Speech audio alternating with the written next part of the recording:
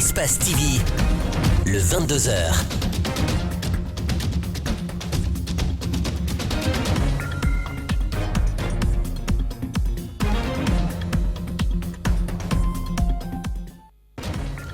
Bonsoir à tous, vous regardez Espace TV. Merci de nous choisir pour vous informer.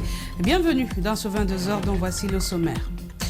Ce jeudi 13 mai, la Guinée fête Eid el-Fitr, une célébration au terme de 30 jours de jeûne pour les fidèles musulmans. En cette période de fête, le couvre-feu reste maintenu de 23h à 4h du matin. Les lieux de loisirs resteront fermés et des agents de la police seront déployés le jour et le lendemain de Ramadan.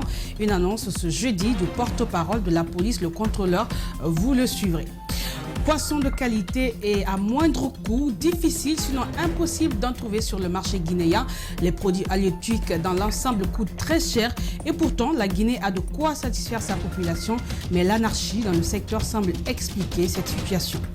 Les zones d'extraction artisanale d'or en Haute-Guinée continuent d'endeuiller des familles chaque année. Ce n'est pour autant que les lignes, ce n'est pour autant pas que les lignes bougent pour sécuriser les lieux ou encadrer la pratique. Qu'est-ce qui peut bien expliquer ce laxisme des autorités guinéennes? Nous vous proposons une visite dans la mine de Bouré, dans la préfecture de Siguiri. Ce sera le grand format du jour.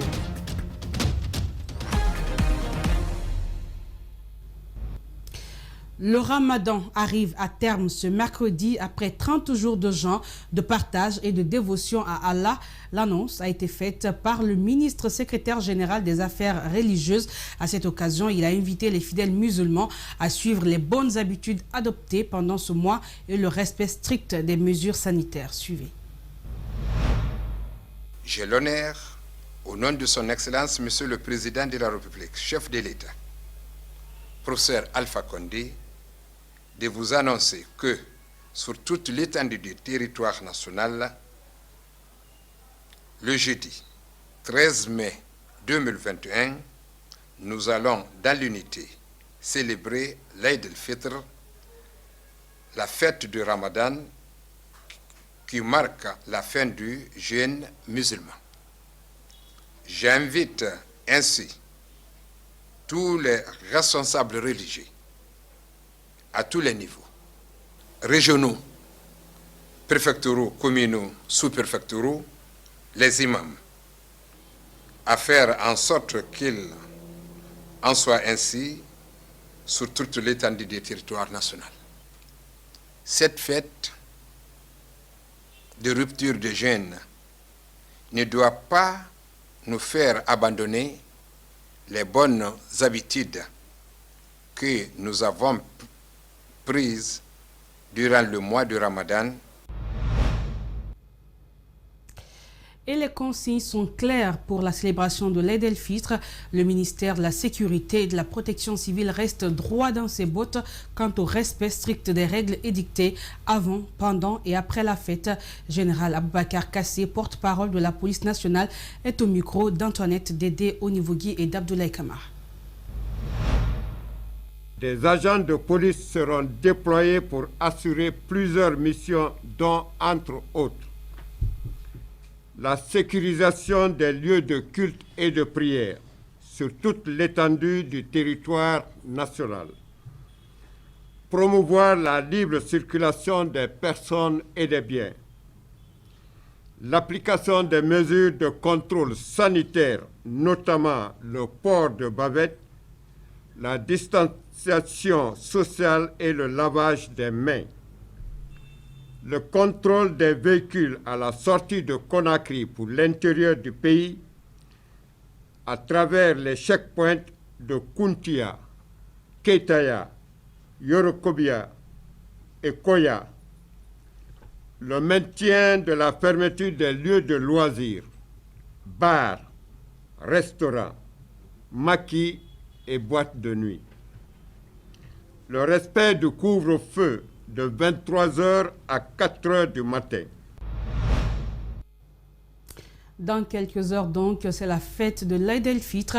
À Mamou, les différents marchés sont pris d'assaut par les fidèles musulmans. Chaque année, les mêmes difficultés liées à la flambée des prix sur le marché. 2020 aura été cependant une année particulière comparativement aux précédentes. Les prix ont explosé. C'est un constat de Tcherno Amadou Bari, d'Amadou Adi Diallo et d'Alpha Mamoudou Bari. Circuler en ce moment à Mamou n'est pas chose aisée. Tout le monde se précipite pour trouver la plus belle tenue de fête. À la boutique Doumbouya Tcherno Shop, l'affluence est de taille. Cela est dû à l'approche de la fête. Je suis obligé de réduire les prix parce que ce sont mes fidèles clients qui viennent.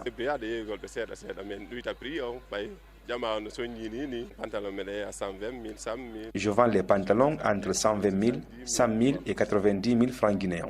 Les t-shirts entre 70 et 75 000 francs guinéens. Je suis venu pour acheter une paire ici, une paire de chaussures pour la fête. Il y a les prix qui diffèrent quoi. Il y a 250, il y a 180, il y a 350. Quand même, c'est un peu abordable pour moi. Si celui-ci a choisi le prêt-à-porter, nombreux se dirigent vers les ateliers de couture. Maître Tcherno est débordé. Nous sommes dans une véritable crise parce que les clients arrivent à la dernière minute.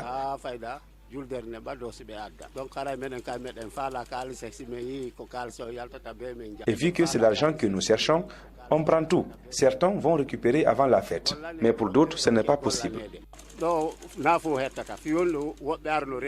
La bonne fête, ce n'est pas seulement de porter de beaux habits, c'est aussi manger de la bonne nourriture. Mais cette année, il est clair que plusieurs familles ne pourront pas s'offrir le luxe de manger de la viande, parce que cette denrée est tout simplement introuvable dans la ville. Les quelques bouchers qui la possèdent revendent le kilogramme jusqu'à 50 000 francs guinéens, un prix qui pourrait augmenter le jour de la fête.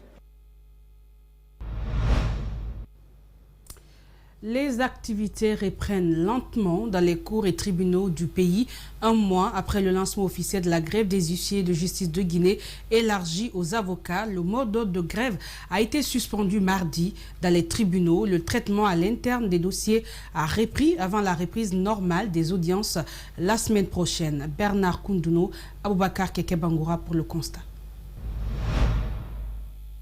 Après 2 semaines de débrayage, la Chambre nationale des huissiers de Guinée et les avocats ont suspendu leur mot d'ordre de grève hier mardi. Pour le président des huissiers, cette reprise est la réponse à une doléance du ministère de tutelle qui s'engage à prendre en compte leurs points de revendication. Cette suspension est consécutive à une résolution prise lors de l'Assemblée générale des huissiers de justice d'un côté et de l'autre côté une autre assemblée générale du Conseil de l'ordre des avocats, au cours desquelles assemblées la demande formulée par le ministre de la Justice, garde des Sceaux, invitant les deux corps à reprendre momentanément les activités en attendant les résolutions du comité de réflexion mise en place. Même s'il porte confiance à l'actuel ministre de la Justice qui s'est personnellement impliqué pour la reprise des activités, la suspension de la grève est conditionnée par le respect des engagements.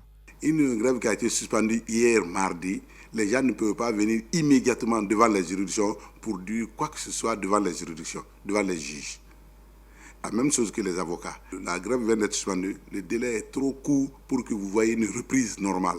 À mon sens, la reprise effective dans les juridictions, ça commencera à partir de lundi. Au lendemain de la suspension du mot d'ordre de grève déclenché le 12 avril dernier par la Chambre nationale des huissiers de justice de Guinée élargie aux avocats, les cours et tribunaux de Conakry sont toujours fermés. Pour les acteurs de la justice, plusieurs activités préalables ont déjà repris avant le démarrage effectif des audiences dès le début de la semaine prochaine. En cas de déception, nous ne tarderons pas aussi à faire usage de ce qui est de droit pour repartir dans notre débrayage. L'arrêt momentané des activités judiciaires en Guinée a eu un impact négatif sur les activités dans le secteur, mais aussi chez les citoyens guinéens. condamné pour diffamation, dénonciation calomnieuse, injures publiques et menaces. Ibrahima Sadio Ba a enfin été libéré mardi après avoir passé plusieurs mois à la maison centrale de Conakry. Cette libération fait suite à de nombreuses négociations entre les associations de presse guinéennes et les autorités judiciaires. Son avocat regrette sa condamnation sur la base de la loi sur la cybersécurité alors qu'il lui a été reproché des faits commis par voie de presse. Ali Badara Kamara et Ibrahima Souri Kamara.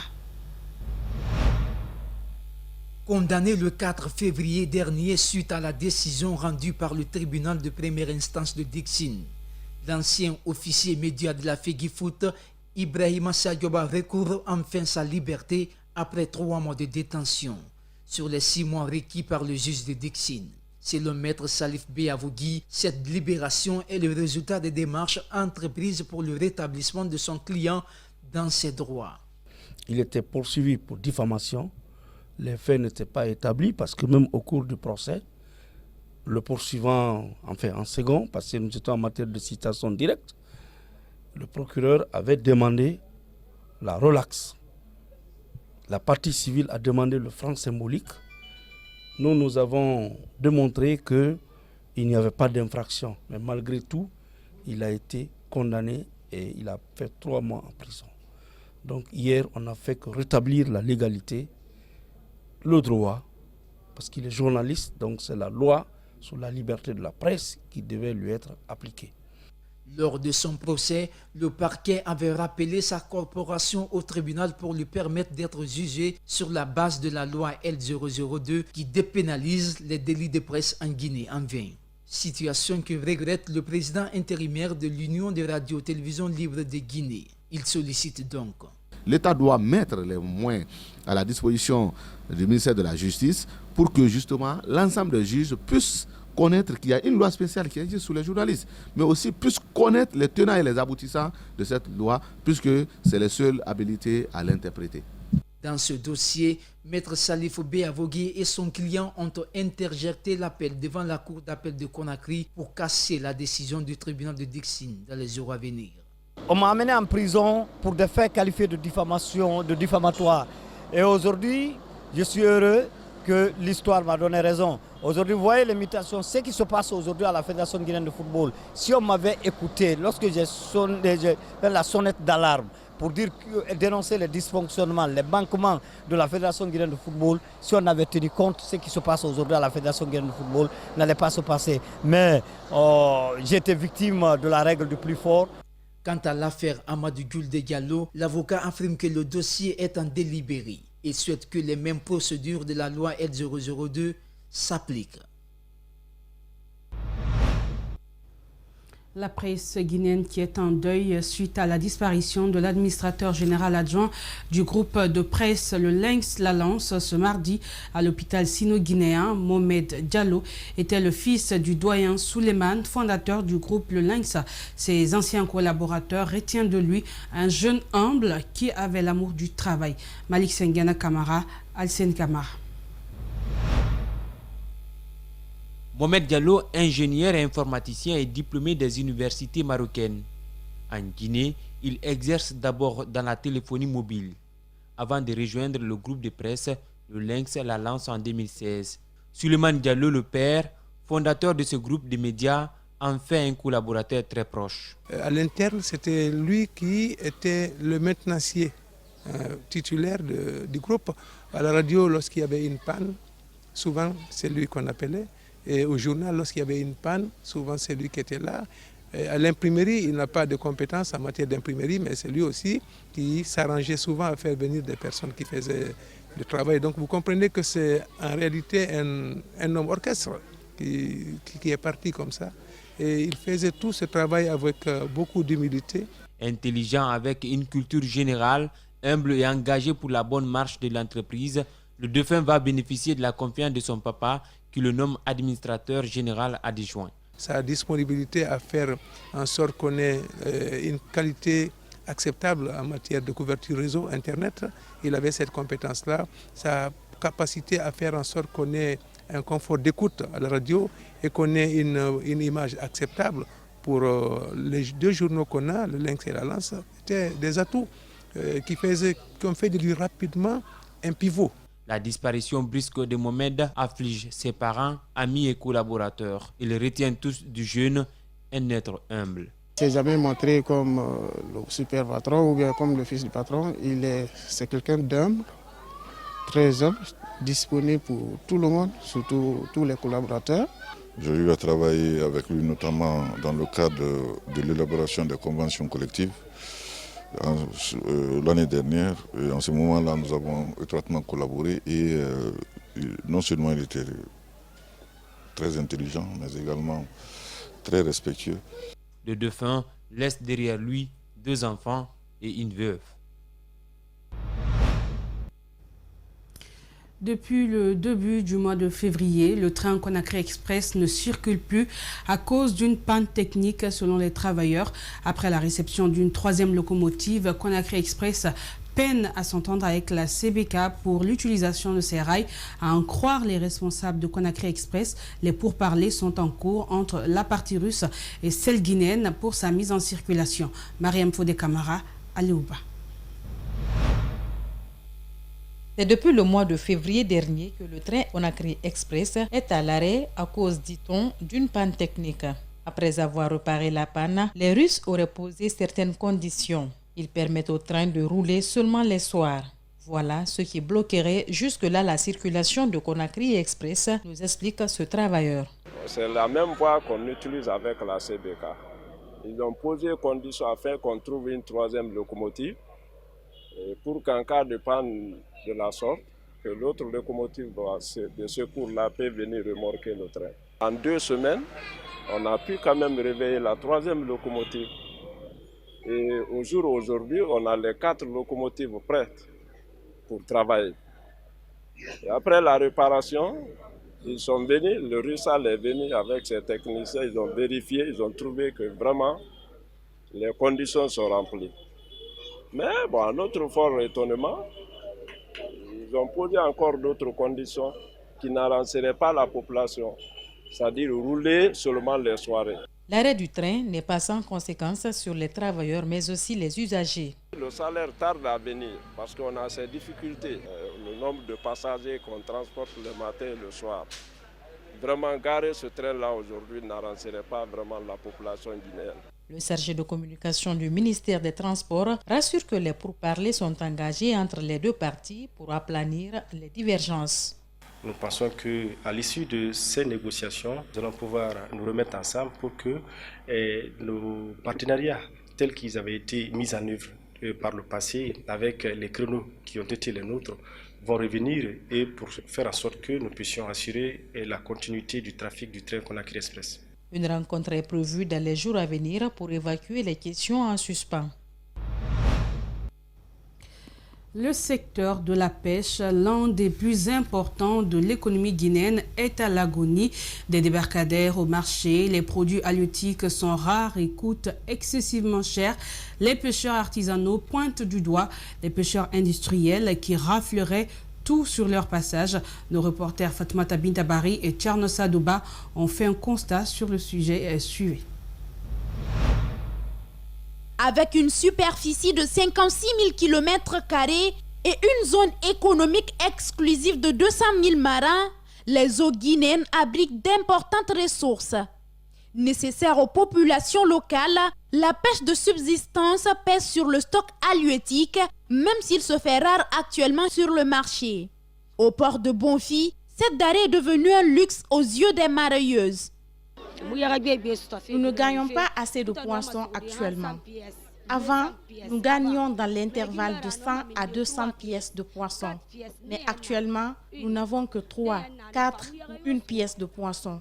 Certaines ne gagnent rien. Ce coût est dû aux difficultés que ces pêcheurs rencontrent dans le secteur. Ce pêcheur explique la rareté des produits halieutiques par la surpêche et le manque de contrôle dans les espaces maritimes guinéens. Actuellement, nous ne capturons pas assez de poissons, surtout avec les bateaux de pêche qui viennent dans nos zones. Ils utilisent des filets plus grands que ceux qu'on utilise. Ils nous fatiguent beaucoup. Un tour au port Petit Bateau, même son de cloche, mais pour des raisons diverses. Janvier, février, En janvier, nos barques passaient 5 à 6 jours en mer avec beaucoup de poissons. Mais actuellement, cela n'est pas le cas. Les ressources halieutiques deviennent de plus en plus rares. Il y a assez de navires qui font la pêche moderne. C'est ce qui fait qu'aujourd'hui, les barques font plus de 2 semaines en mer. Le chef du port Petit Bateau, lui, se plaint des navires chinois. Quand une barque quitte à terre, elle va en haute mer avec 15 personnes ou 12 personnes. Vous allez vous étaler vos filets et un bateau vient, il ramasse tout quand vous arrivez au quai. Comment vous allez faire? Franchement, les bateaux chinois nous ramènent tout. Au marché, c'est la même triste réalité. Ces vendeuses de poissons se plaignent de la même chose. Quand tu trouves les poissons à un coût excessif, qui va acheter ta marchandise? Il n'y a pas de vente. Le marché est vide. D'ailleurs, il n'y a pas assez de poissons. Nous nous sommes plaints, mais ça ne fait qu'empirer. Lutter contre l'insécurité maritime revient à œuvrer sur la sécurité d'un espace à la fois terrestre et marin, mais aussi à en assurer le développement et la prospérité économique du pays. Le ministre des Sports va organiser à partir du 20 mai 2021 une retraite à Kindia pour tabler sur les problèmes qui assaillent le monde des sports en Guinée. Une annonce de Sanusi Bantamasso au cours d'une rencontre avec l'ambassadeur de la paix en Guinée, El Hadj Djeriba Diaby, qui a lui invité le ministre à promouvoir la culture de la paix et l'unité entre tous les Guinéens. Yacouba Traoré, Alseni Bari. Le sport rime avec la paix et la cohésion sociale. L'ambassadeur de la paix en est bien conscient et il le rappelle au ministre des Sports. Pour El Hadj Djeriba Diaby, la haine n'a jamais construit une nation ni développé un pays. Au contraire, elle détruit et consume tout sur son passage. Dieu a voulu que nous soyons tous Guinéens. Personne n'a payé le cotisation pour que vous soyez Peul, pour que vous soyez malinqué, puis pour que vous soyez un forestier, pour que vous soyez un soso. C'est la volonté de Dieu. Et cette volonté-là, les politiciens sont là avec nous. Ils ne cherchent que leur intérêt. La politique d'abord, c'est mon intérêt. L'intérêt de l'autre après. Et nous devons savoir que ces politiques, notre pays avancerait sans la politique des politiciennes, si les Guinéens se donnent la main. Nous devons nous donner la main. Un message bien saisi par Bantamasso. Le tour cycliste, les jeux régionaux, la lutte traditionnelle ont été des facteurs d'union entre tous les Guinéens. Que chaque fois qu'on organise une activité sportive, il n'y a pas d'ethnie en sport. En sport, il n'y a pas de parti politique. Quand vous regardez l'équipe nationale de Guinée, il y a toutes les ethnies dedans. Et quand les gens jouent, c'est la Guinée qu'ils voient. Donc nous vous rassurons qu'en tenant compte de la lettre de mission que le chef de l'État nous a confiée, nous ferons tout pour être à la hauteur de cette mission. À partir du 20 mai 2021, une retraite réunira des acteurs à Kindia pour passer en revue les questions essentielles et les problèmes du secteur des sports. À partir du 20 de ce mois, le ministère en charge des sports va organiser une retraite à Kindia pour une réflexion sur le sport en Guinée. Et à l'ouverture de cette retraite, nous voulons sincèrement organiser une très grande lecture de Coran et de sacrifice pour le réveil du sport en Guinée. Ça va se passer à Kindia. Bantamasso invite à la mobilisation générale pour la réussite de l'organisation de la prochaine CAN en Guinée. Pour célébrer ses 29 ans d'existence, le Parti de l'Unité et du Progrès a organisé une cérémonie de lecture du Saint-Coran et de distribution de vivres à ses militants. La cérémonie s'est déroulée samedi au siège national du parti. L'occasion a été mise à profit pour inviter les militants et sympathisants de cette formation politique à préserver la paix. Mohamed Moustapha Touré, Amara Alexila. En décidant de célébrer l'an 29 de la création de leur formation politique qui coïncide cette année avec le mois saint du Ramadan, les responsables du PUP ont voulu mettre l'accent sur le partage. Une lecture du Saint-Coran a été organisée pour la mémoire de tous les disparus, notamment le feu général Lansana Conté, mais aussi le renforcement de la cohésion sociale entre tous les Guinéens. L'actuel président invite les militants à l'unité. Ce fêté a différé, n'est pas fait au courant du mois de mai. N'ont pas voulu que le mois de mai finisse sans qu'on ne fasse cette lecture de Coran. Encore une fois, pour l'unité du parti et pour l'unité des Guinéens, pour la concorde, et que le parti PUP soit le plus grand parti du pays. Les vivres offerts sont composés de sacs de riz et de sucre. Ce sont les militants du parti résidant aux États-Unis et l'Alliance pour la nouvelle génération qui ont facilité ce geste en mobilisant les ressources financières. Montrer à quel point ces deux formations politiques sont proches de la population guinéenne, quoi qu'il arrive, pour montrer à quel point ces deux formations politiques font de leurs préoccupations l'amélioration des conditions de vie des Guinéens. Les responsables du Parti de l'Unité et du Progrès invitent les militants à rester déterminés afin de redynamiser leur formation politique. Au moment où les ateliers de couture et les salons de coiffure refoulent du monde, un incendie s'est déclaré dans le salon Idéal Beauté situé à Bessia Kondebouni. Incendie qui a consumé tout le contenu. La maîtresse des lieux, désemparée, peine à trouver les mots. Antoinette Dédé Onivogui, Abdoulaye Kamara. C'est en plein jour ce mercredi qu'un jeune de passage a constaté les flammes dans ce salon de beauté. Tout de suite, il a commencé à jouer aux pompiers. Il sera suivi par d'autres jeunes du quartier pour tenter de maîtriser les flammes. On a assisté à casser la porte pour pouvoir faire sortir les objets qui étaient là-dedans. Donc nous-mêmes, on a cassé les vitres, on a fait sortir les robes de mariage et quelques trucs qui étaient là-dedans. Bon, avec l'appui, comme vous avez constaté, les jeunes sont venus, on a fait sortir, on a envoyé du sable pour calmer le feu. Mais d'où provient ce feu? S'interroge l'assistance. Le premier témoin a une idée. Son analyse est partagée par d'autres jeunes sur place. C'était fermé.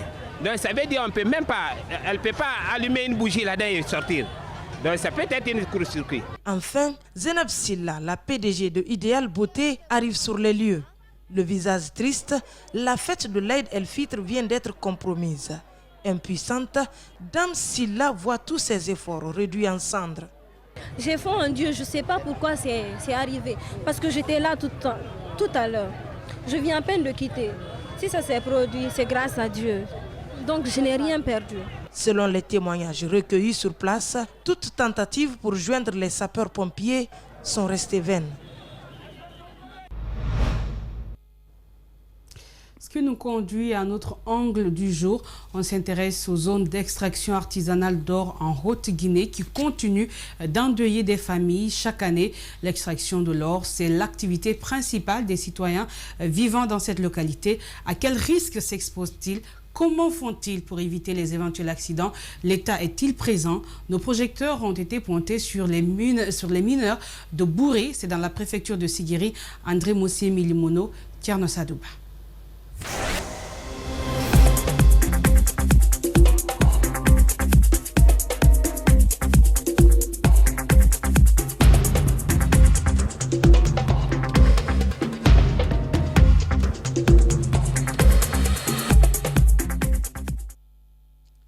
Nous sommes dans la préfecture de Sigiri en Haute-Guinée.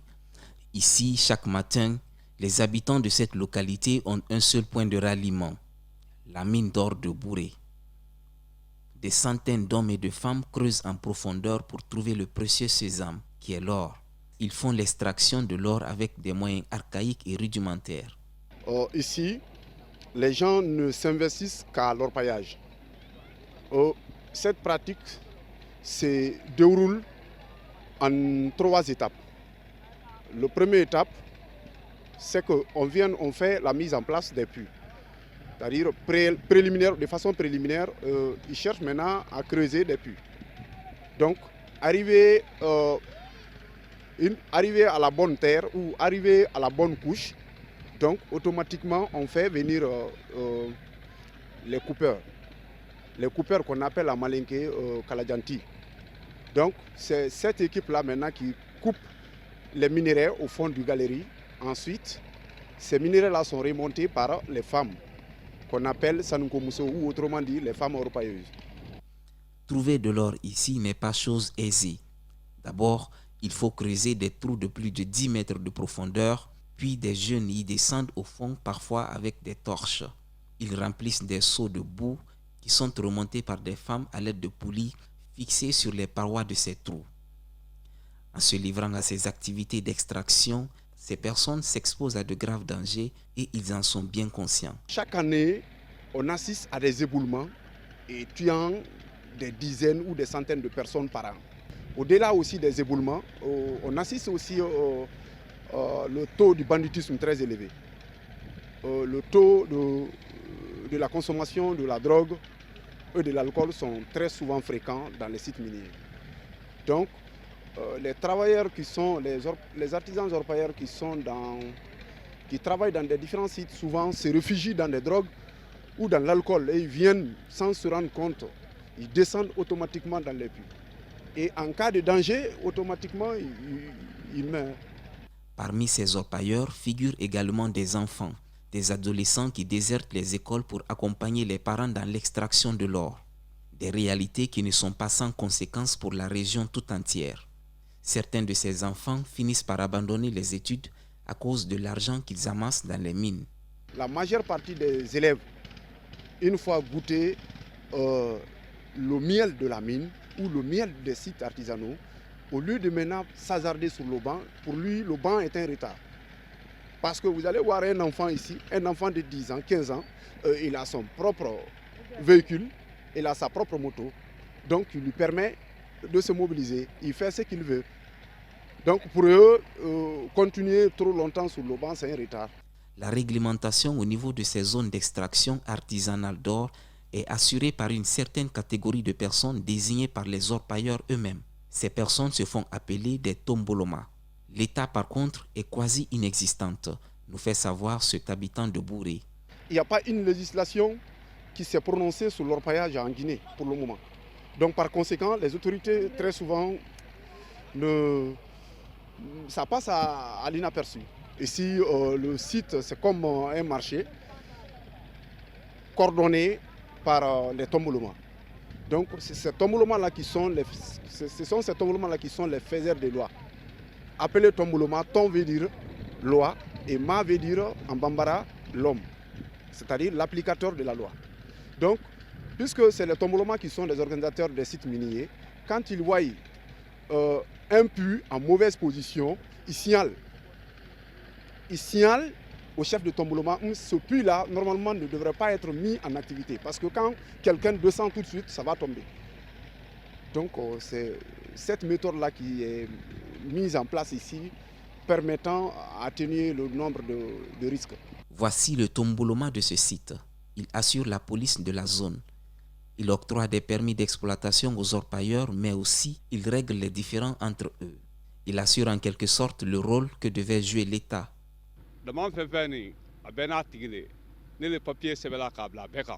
C'est moi qui délivre les permis d'exploitation ici. À l'aide d'une machine, je fais également la délimitation des terres. Quand il y a conflit, j'envoie les concernés sous l'arbre à palabre pour trancher.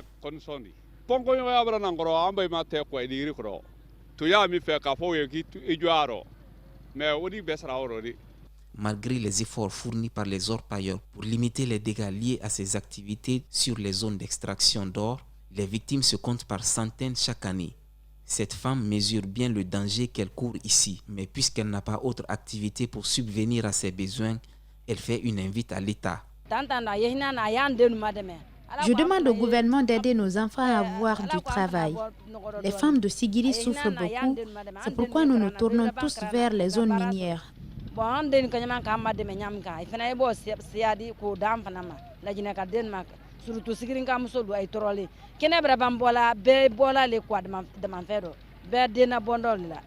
Après le drame de Tatakourou ayant entraîné la mort de 15 personnes, le gouvernement guinéen a ouvert des enquêtes pour situer les responsabilités. Pendant ce temps, ici, dans les mines de Bouré, les activités continuent de plus belle. Voilà ce qui met fin à cette édition d'information. Grand merci à tous de l'avoir suivi. Portez-vous bien. Merci à la rédaction, à l'équipe technique du jour et surtout très bonne fête aux fidèles musulmans de Guinée et du monde entier. Portez-vous bien.